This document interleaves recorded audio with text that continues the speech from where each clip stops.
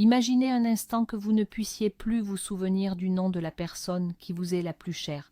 Ça fait froid dans le dos, n'est-ce pas?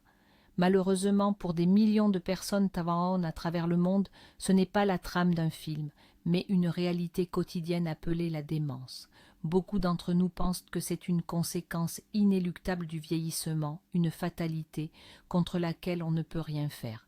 Mais que se passerait-il si je vous disais que c'est une énorme erreur, une idée reçue?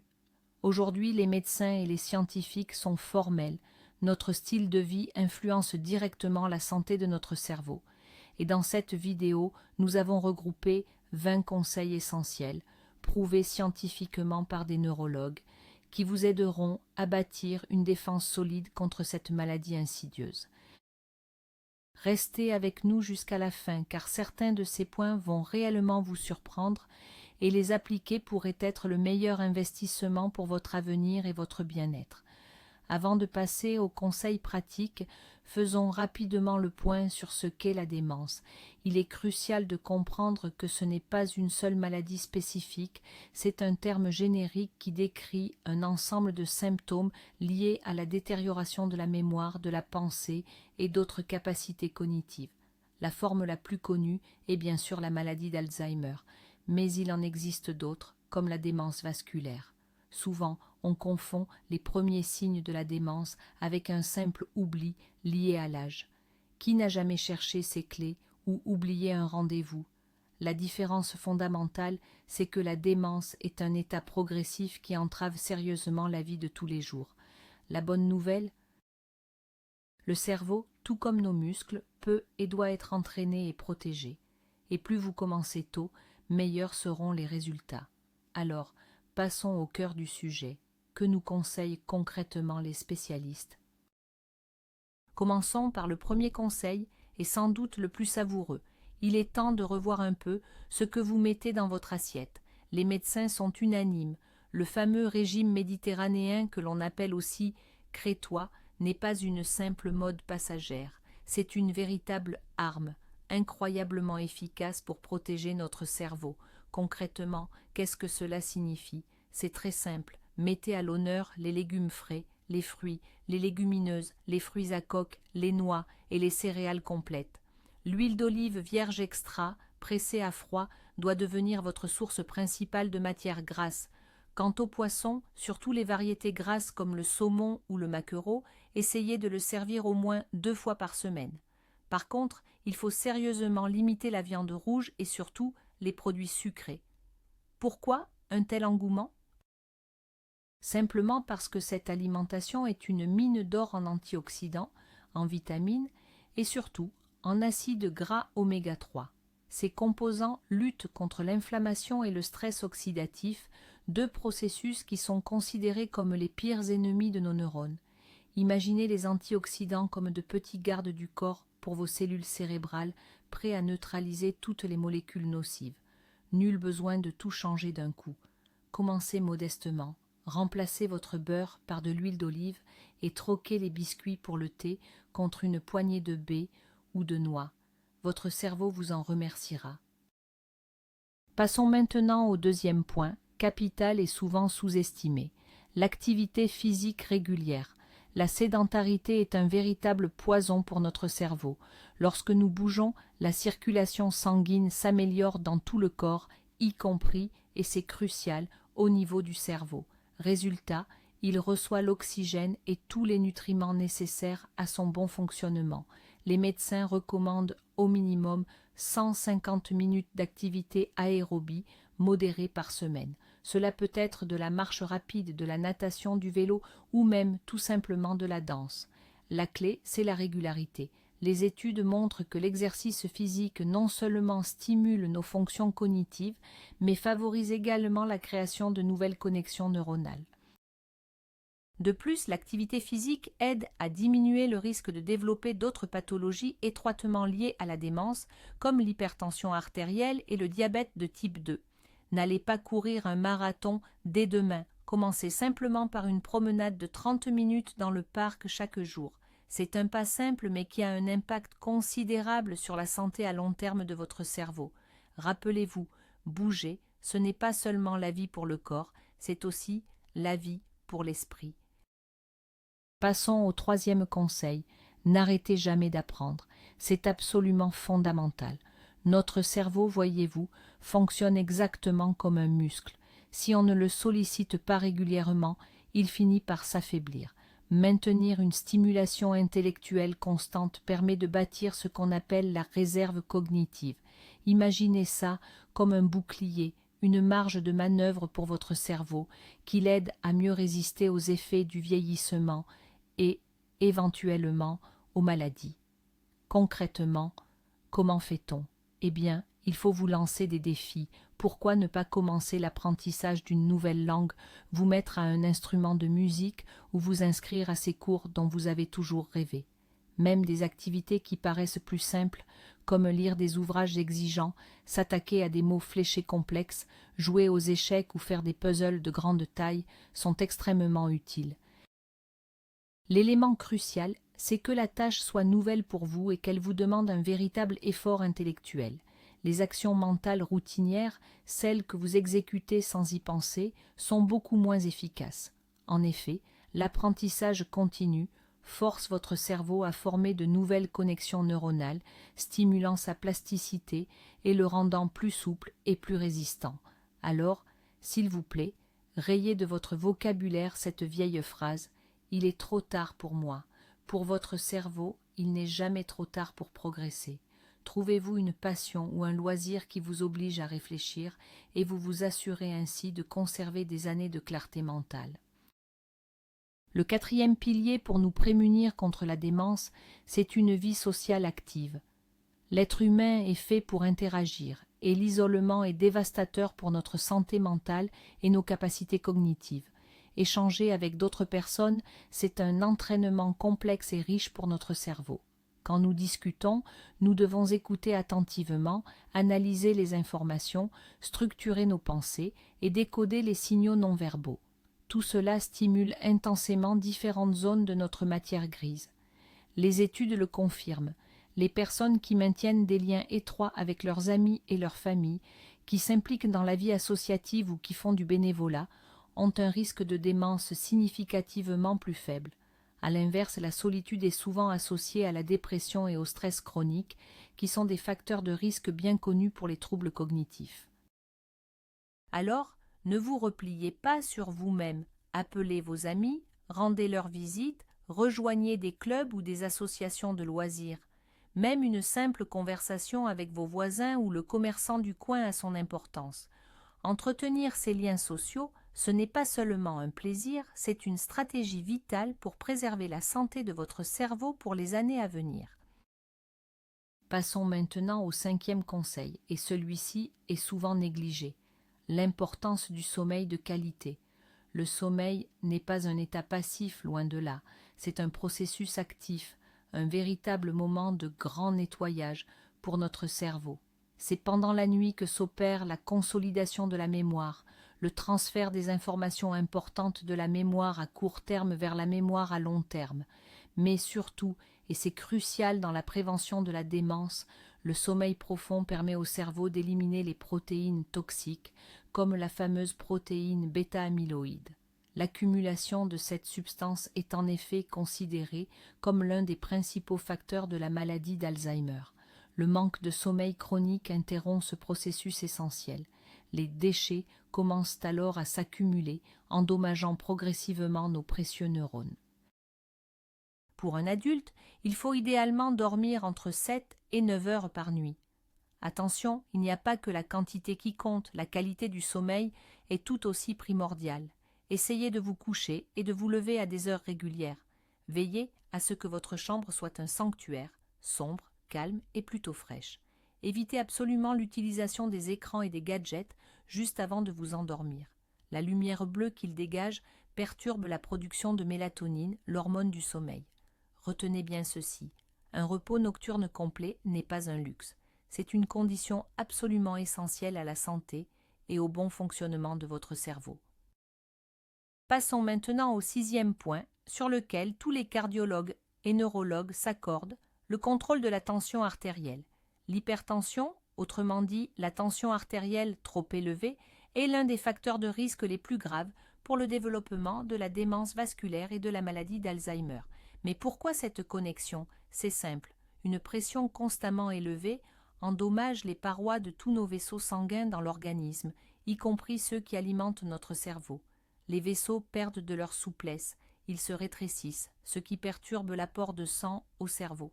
Privées d'une quantité suffisante d'oxygène et de nutriments, les cellules cérébrales commencent alors à mourir. Ce processus peut se dérouler lentement et en silence, entraînant des micro-AVC qui s'accumulent au fil du temps et provoquent de sérieux troubles cognitifs.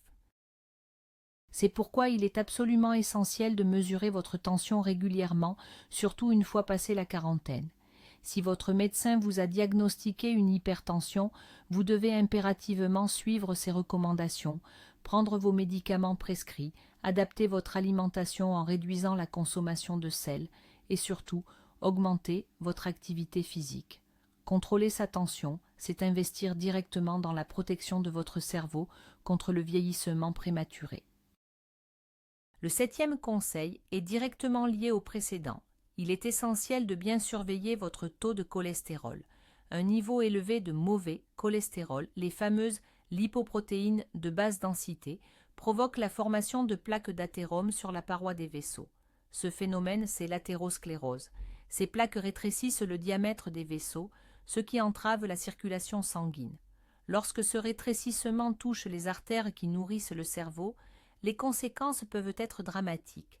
Un flux sanguin perturbé ne fait pas qu'affamer le cerveau en oxygène.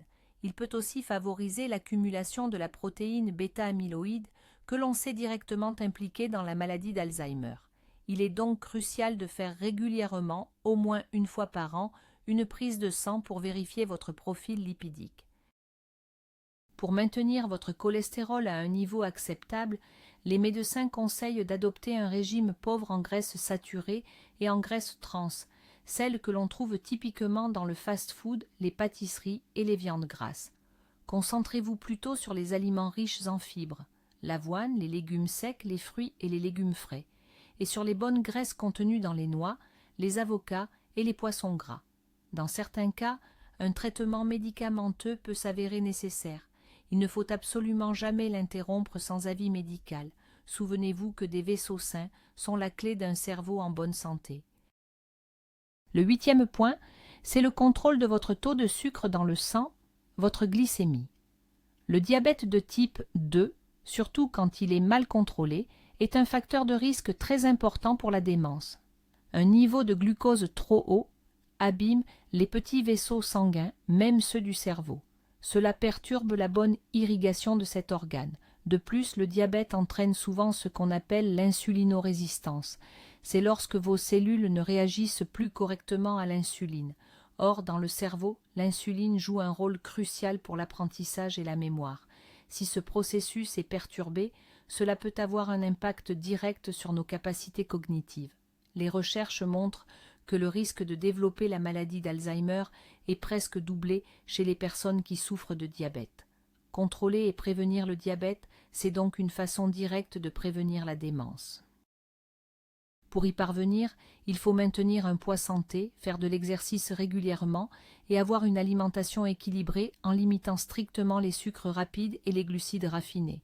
Si le diagnostic du diabète a déjà été posé, il est absolument essentiel de suivre scrupuleusement les recommandations de votre médecin et de surveiller très régulièrement votre glycémie. Passons maintenant au 9e conseil. Il est peut-être catégorique, mais il est absolument essentiel. Arrêtez de fumer. Si vous ne l'avez pas encore fait, sachez que c'est le moment ou jamais.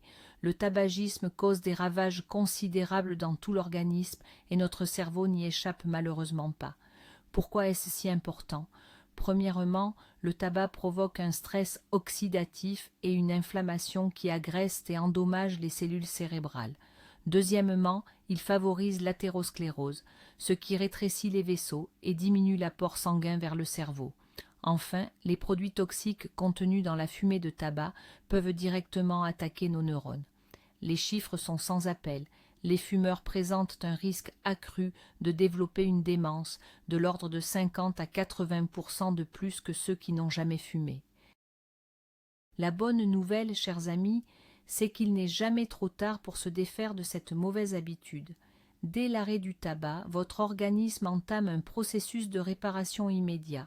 En quelques années seulement, le risque de développer de nombreuses pathologies, y compris la démence, commence à chuter drastiquement pour se rapprocher de celui des non-fumeurs. Si vous avez du mal à le faire seul, n'ayez absolument aucune honte à solliciter l'aide de professionnels. Il existe aujourd'hui de nombreuses méthodes et accompagnements très efficaces qui vous aideront à vous libérer de cette dépendance. C'est le plus beau cadeau que vous puissiez faire à votre santé future. Notre 10e conseil concerne la consommation d'alcool. Sur ce point, la modération est essentielle. En effet, une consommation excessive et régulière est toxique pour les cellules cérébrales. Elle peut entraîner le développement de la démence alcoolique et aggraver d'autres types de troubles cognitifs existants. L'alcool perturbe également l'absorption de la vitamine B1 ou thiamine. Une carence en thiamine provoque des lésions cérébrales graves, bien connues sous le nom de syndrome de Korsakoff. Par ailleurs, l'abus d'alcool augmente le risque de traumatisme crânien et ces derniers sont eux-mêmes un facteur de risque reconnu pour la démence. Mais qu'entend-on exactement par consommation modérée selon les médecins? Les recommandations peuvent varier légèrement d'un pays à l'autre, mais en général cela représente au maximum un verre standard par jour pour les femmes et 2 verres standards maximum pour les hommes. Un verre standard correspond environ à 150 ml de vin, 350 ml de bière ou 45 ml d'alcool fort. Cependant, des études récentes suggèrent que même ces doses modérées ne seraient pas aussi inoffensives pour le cerveau qu'on le pensait. La meilleure approche et la plus sûre est donc de réduire au minimum votre consommation d'alcool, voire d'y renoncer complètement, surtout si d'autres facteurs de risque vous concernent. Le 11e point, un aspect souvent négligé, concerne la protection de la tête contre les chocs. Chaque traumatisme crânien, même une simple légère commotion, augmente le risque de développer une démence plus tard. Les blessures graves ou répétées, elles, multiplient ce risque considérablement. Le mécanisme précis reste encore mystérieux, mais il est prouvé que le choc déclenche dans le cerveau une cascade de processus pathologiques, notamment l'inflammation et l'accumulation de protéines nocives qui peuvent se poursuivre pendant des années. C'est pourquoi la prévention est si cruciale. Quand vous êtes en voiture, mettez toujours votre ceinture de sécurité. Si vous faites du vélo, du roller ou de la moto, le port du casque est obligatoire. Soyez particulièrement vigilant à la maison, rangez les câbles électriques et fixez ou retirez les petits tapis dans les zones de passage qui pourraient vous faire trébucher. Assurez-vous d'avoir un bon éclairage, surtout dans les escaliers. Si vous pratiquez des sports de contact, l'équipement de protection adéquat est indispensable. Prendre soin de la sécurité physique de votre tête est un investissement direct dans votre santé cognitive future. Ne sous-estimez jamais les chocs, même s'ils vous semblent anodins. En cas de traumatisme crânien, consultez impérativement un médecin afin d'évaluer les conséquences potentielles et de recevoir les soins et conseils nécessaires. Passons au 12e conseil. Il est peut-être inattendu, mais attention, il est basé sur des données scientifiques très solides. Faites contrôler votre audition. La perte d'audition, surtout si elle commence autour de la cinquantaine, est l'un des facteurs de risque de démence les plus importants et surtout l'un de ceux sur lesquels nous pouvons agir. Comment l'expliquer? L'explication repose sur plusieurs pistes. Premièrement, lorsque votre audition baisse, le cerveau doit dépenser une quantité de ressources incroyables juste pour comprendre la parole et les sons. Il vole ces ressources à d'autres fonctions essentielles, comme la mémoire ou le raisonnement. Deuxièmement, des difficultés d'audition entraînent souvent un isolement social. Il devient pénible de suivre une conversation. On finit par éviter les repas de famille ou les sorties entre amis, et nous savons que cet isolement est terrible pour notre cerveau. Troisièmement, le manque de stimulation auditive peut même entraîner une atrophie des zones du cerveau chargées de traiter les sons. La bonne nouvelle dans tout ça, c'est qu'il s'agit d'un problème qu'il est possible et même nécessaire de corriger. Si vous constatez que vous entendez moins bien, n'hésitez pas et consultez un spécialiste. Les aides auditives modernes ne sont plus ce qu'elles étaient. Ce sont des dispositifs de haute technologie qui améliorent considérablement la qualité de vie tout en allégeant cette fameuse charge cognitive que subit votre cerveau. En clair, prendre soin de votre audition, c'est prendre soin de votre esprit. Notre 13e point porte sur notre bien-être émotionnel. Il est essentiel de gérer notre stress et surtout de ne jamais ignorer la dépression. Le stress chronique et la dépression ne sont pas de simples coups de blues, ce sont des affections sérieuses qui ont un impact négatif direct sur la structure et le fonctionnement de notre cerveau. Quand nous sommes stressés, notre corps sécrète une hormone appelée cortisol. À faible dose, le cortisol est utile, mais un excès constant devient toxique pour l'hippocampe. L'hippocampe est cette zone clé de notre cerveau qui gère l'apprentissage et la mémoire. Quant à la dépression, elle est souvent liée à des processus inflammatoires cérébraux et à un dysfonctionnement des neuromédiateurs, ce qui nuit également à nos fonctions cognitives. Il faut savoir que les personnes souffrant de dépression, particulièrement passé un certain âge, courent un risque significativement plus élevé de développer une démence. Il est donc crucial d'apprendre à maîtriser ce stress. Pour cela, des activités simples peuvent être salvatrices. La méditation, le yoga, les exercices de respiration, se consacrer à un passe-temps, passer du temps avec ses proches ou simplement se promener dans la nature. Mais si vous sentez que la situation vous échappe, si vous reconnaissez des symptômes de dépression, comme l'abattement, la perte d'intérêt pour la vie ou des troubles du sommeil et de l'appétit, n'ayez aucune hésitation. Consultez un psychologue ou un psychothérapeute. Traiter la dépression est une étape fondamentale pour garantir la protection et la bonne santé de votre cerveau.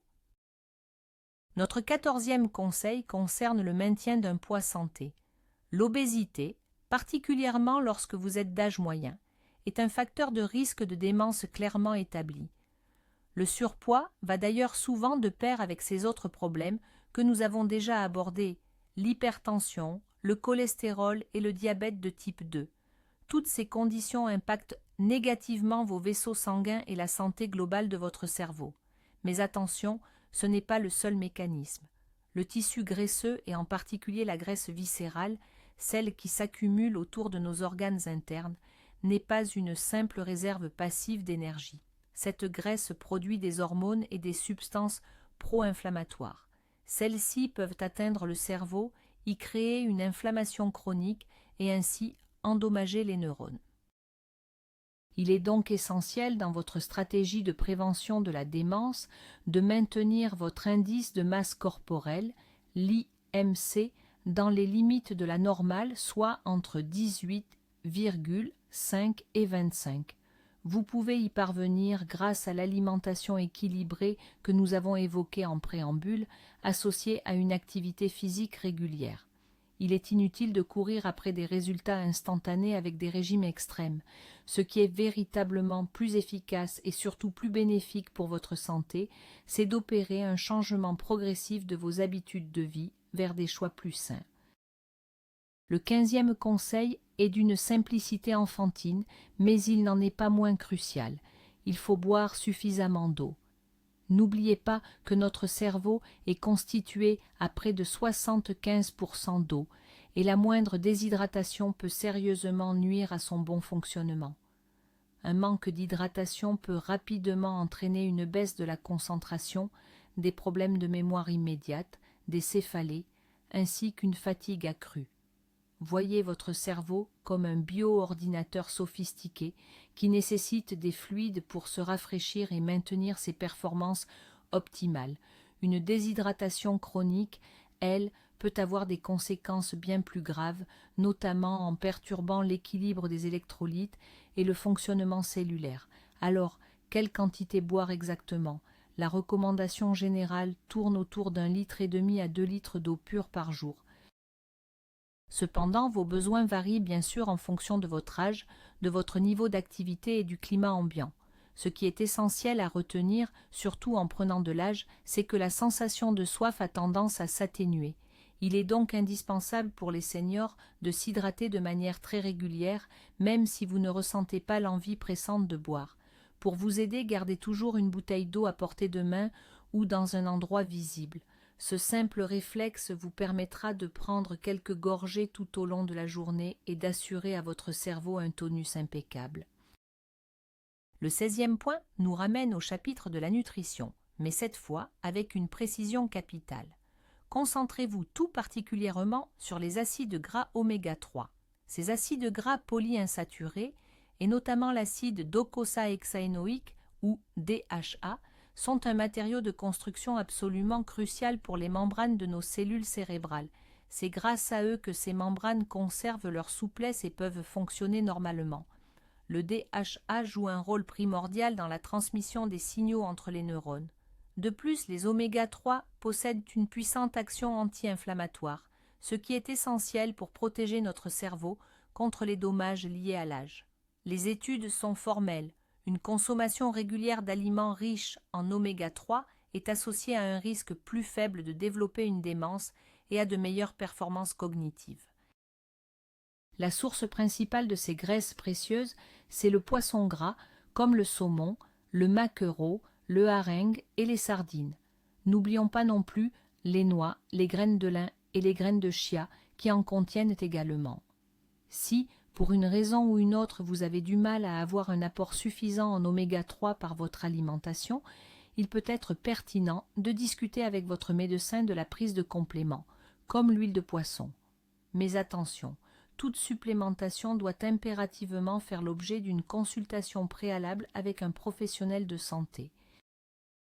Notre 17e conseil porte sur les vitamines B. Pour la santé de notre cerveau, 3 sont particulièrement importantes. La vitamine B12, la B9, que l'on appelle aussi acide folique, et la B6. Ces vitamines jouent un rôle capital dans le métabolisme énergétique du cerveau et la synthèse des neurotransmetteurs. Mais l'une de leurs missions principales est de réguler le taux d'une certaine acide aminé, l'homocystéine. Un taux élevé d'homocystéine dans le sang est reconnu comme un facteur de risque pour les maladies cardiovasculaires et la démence. Pourquoi ? Parce qu'il endommage les parois des vaisseaux et qu'il est neurotoxique. Heureusement, les vitamines B transforment cette homocystéine en substance inoffensive. Une carence en ces vitamines, en particulier la B12, peut provoquer des symptômes qui imitent la démence, troubles de la mémoire, confusion et changement de comportement. De plus, il faut savoir que l'absorption de la vitamine B12 présente dans notre alimentation tend à diminuer avec l'âge. Il est donc essentiel d'inclure dans votre régime alimentaire ces sources principales, la viande, le poisson, les œufs et les produits laitiers. Quant à l'acide folique B9, on le trouve dans les légumes verts à feuilles, les légumineuses et les agrumes. Si vous êtes une personne âgée ou végétarien, il est recommandé de faire vérifier régulièrement vos taux de ces vitamines. Si besoin, votre médecin pourra vous prescrire des compléments alimentaires adaptés. Passons au 18e point. Celui-ci est de nouveau dédié à l'alimentation, mais nous allons mettre l'accent sur des nutriments spécifiques, particulièrement bénéfiques. Consommez davantage de flavonoïdes. Les flavonoïdes sont une grande famille de composés végétaux qui donnent leur couleur éclatante à de nombreux fruits, légumes et baies. Ce sont de puissants antioxydants et ils possèdent d'importantes propriétés anti-inflammatoires. De nombreuses études établissent un lien étroit entre un régime alimentaire riche en flavonoïdes et une réduction significative du risque de déclin cognitif. Concrètement, ils protègent les cellules cérébrales contre le stress oxydatif, améliorent la circulation sanguine dans le cerveau et stimulent la neurogenèse, c'est-à-dire le processus de formation de nouveaux neurones. Où trouver ces précieuses substances ? Les champions incontestés de leur teneur sont les baies, les myrtilles, les bleuets, les fraises et les framboises. On les trouve également en grande quantité dans les agrumes, les pommes, le raisin noir, le thé vert et, ce qui devrait en ravir plus d'un, dans le chocolat noir de qualité, riche en cacao. Efforcez-vous d'inclure ces aliments dans votre régime quotidien. Par exemple, ajoutez une poignée de baies à votre porridge matinal. Buvez une tasse de thé vert à la place de votre café habituel et pour le dessert, autorisez-vous 2 carrés de bon chocolat noir. C'est non seulement délicieux, mais c'est aussi incroyablement bénéfique pour la santé de votre cerveau. Notre 19e conseil, c'est un peu l'envers du décor de la bonne alimentation. Il s'agit de minimiser, voire d'éliminer, la consommation de produits ultra transformés. Ce sont des aliments qui ont subi une transformation industrielle très poussée et qui regorgent d'additifs, des exhausteurs de goût, des colorants, des conservateurs, sans oublier l'excès de sucre, de sel et de mauvaise graisse. On pense immédiatement aux sodas et aux boissons gazeuses, aux chips, à la malbouffe, aux biscuits, gâteaux industriels et à certaines charcuteries. De grandes études récentes ont clairement démontré un lien direct entre une consommation élevée de ces produits et un déclin cognitif accéléré, ainsi qu'un risque accru de développer une démence. Pourquoi sont-ils si nocifs? Ils provoquent une inflammation chronique dans le corps, ils favorisent la prise de poids, ils font grimper votre taux de sucre et de cholestérol. En clair, ils frappent de plein fouet tous les facteurs de risque que nous avons déjà évoqués. De plus, ces aliments sont généralement pauvres en nutriments essentiels, en vitamines et en fibres, des éléments pourtant vitaux pour le bon fonctionnement de notre cerveau. Efforcez-vous de baser votre alimentation sur des produits bruts ou très peu transformés. Prenez le temps de cuisiner à la maison, lisez attentivement les étiquettes en magasin et fuyez les produits avec une longue liste d'ingrédients compliqués et inconnus. Et pour finir, ce 20e et dernier conseil qui touche davantage à notre mental qu'à notre physique. C'est simple, trouvez-vous un vrai but dans la vie. Avoir un objectif, une raison de se lever le matin, ça a un impact considérable sur notre bien-être général et sur la santé de notre cerveau. Cela peut prendre 1000 formes, s'occuper de ses petits-enfants, faire du bénévolat, se passionner pour un hobby ou transmettre son savoir aux nouvelles générations. Les personnes qui ont un sens à leur existence mènent généralement une vie plus saine et plus active. Elles gèrent mieux le stress, sont moins sujettes à la dépression et maintiennent des liens sociaux plus riches.